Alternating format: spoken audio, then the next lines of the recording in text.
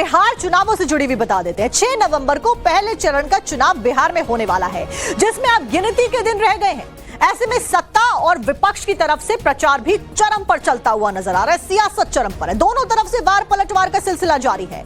आज राज्य में सभी पॉलिटिकल पार्टीज के स्टार प्रचारक मैदान में नजर आ रहे हैं, जिसमें एक बार फिर से उत्तर प्रदेश के मुख्यमंत्री योगी आदित्यनाथ ने विपक्ष के ऊपर बड़ा हमला किया और कमान संभालते हुए नजर आए। तो बताते हैं इसी से जुड़ी हुई बड़ी ब्रेकिंग। सीवान में मुख्यमंत्री योगी आदित्यनाथ आज मौजूद रहे, रैली को संबोधित उनके द्वारा किया गया। इस दौरान आरजेडी के ऊपर जमकर वो बरसते हुए भी देखे गए। बिहार में जंगल राज को नहीं आने देंगे, मुख्यमंत्री योगी आदित्यनाथ ने स्पष्ट किया। आरजेडी ने राम मंदिर का रथ रोकने का पाप किया था। यूपी की तरह बिहार में भी माफियाओं के ऊपर बुलडोजर कार्रवाई होगी। मुख्यमंत्री योगी आदित्यनाथ ने और क्या कुछ खास कहा, आपको सुनवाते हैं।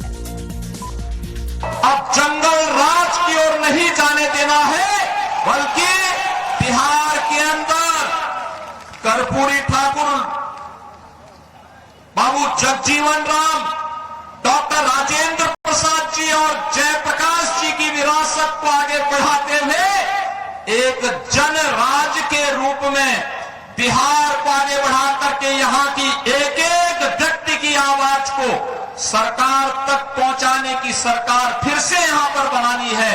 और एनडीए इस दिशा से एक बार फिर से अपने मुद्दों के साथ, विरासत और विकास के मुद्दों के साथ आपके सामने है।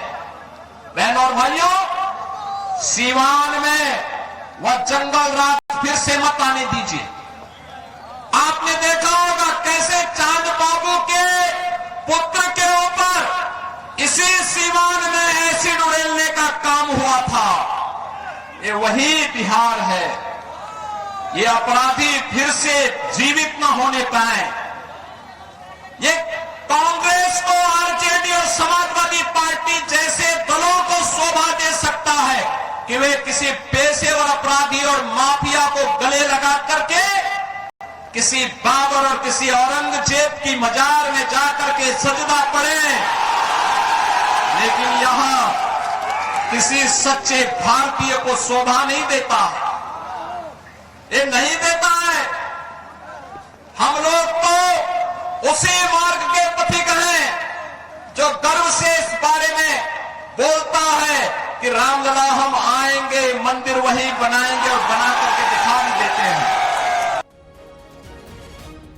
यूपी के मुख्यमंत्री योगी आदित्यनाथ यहां पर नहीं रुकते हैं। मुख्यमंत्री योगी ने शहाबुद्दीन के बेटे का नाम भी लिया। यहां पर विधानसभा में टिकट दिए जाने के ऊपर निशाना कैसे साधा, आप भी सुनिए। आरजेडी ने यहां से जो प्रत्याशी दिया है वो अपनी खानदानी आपराधिक पृष्ठभूमि के लिए इस पूरे क्षेत्र नहीं, देश और दुनिया में कुख्यात रहा है। नाम भी देखो ना, जैसा नाम वैसा काम, जैसा नाम वैसा काम।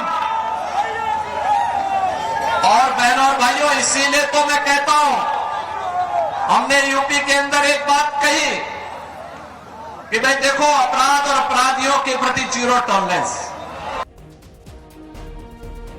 अब चाहे सत्ता पक्ष हो या फिर विपक्ष हो, दोनों ओर से वार पलटवार का सिलसिला जारी है। बिहार चुनाव में वहीं ओवैसी भी हुंकार भरते हुए नजर आए। ओवैसी ने फिर से मोहम्मद कार्ड यहां पर खेला है। मुंगेर में रैली चल रही थी, ऐसे दिन ओवैसी संबोधित कर रहे थे। वहां पर रैली में, मुंगेर की रैली में ओवैसी ने तेजस्वी यादव के ऊपर हमला बोला। क्या आदम का बेटा मुख्यमंत्री नहीं बन सकता, ओवैसी ने कहा। क्या मोहम्मद का बेटा मुख्यमंत्री नहीं बन सकता? तेजस्वी बताए 17% वाले ने क्या गुनाह किया, क्या कुछ कहा ओवैसी ने, आप भी सुनिए। क्या आदम का बेटा मुख्यमंत्री नहीं बन सकता? क्या मोहम्मद का बेटा मुख्यमंत्री नहीं बन सकता? क्या अबू बकर का बेटा मुख्यमंत्री नहीं बन सकता?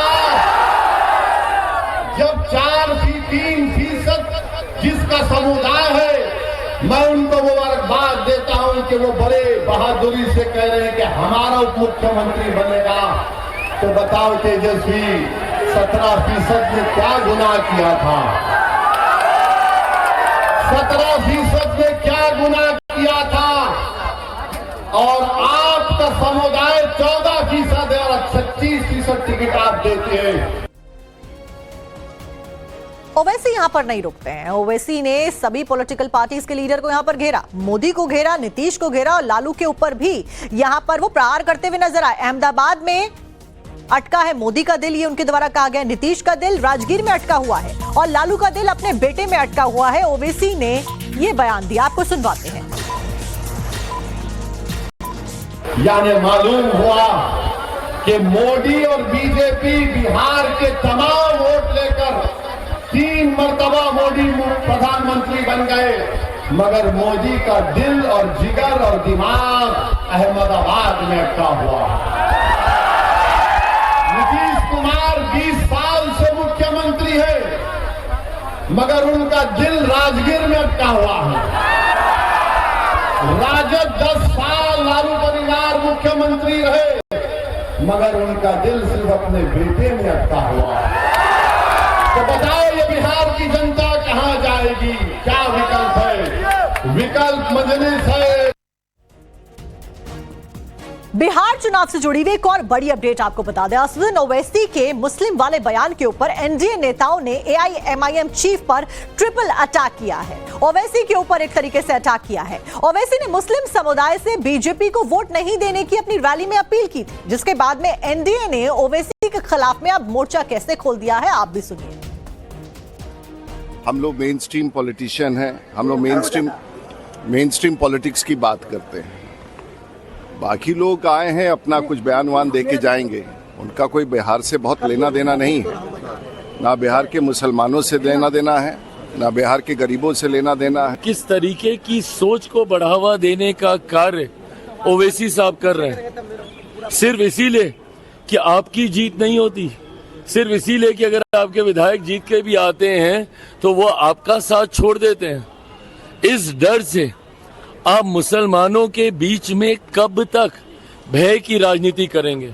और मैं एक बार फिर से मैं दोहराता हूँ, मुसलमानों के लिए मैं दोहराता हूँ कि भैया बहुत हो गया डर की राजनीति से अपने आप को इस्तेमाल करने देना, बहुत हो गया। क्या लोग खाली डर बतलाता है? कहाँ जातीय दंगा हुआ, कहाँ सांप्रदायिक दंगा हुआ? क्या अगर 84 लाख करोड़ लोगों को जो अनाज दिया जा रहा है उसमें मुसलमान लोग लाभान्वित नहीं है?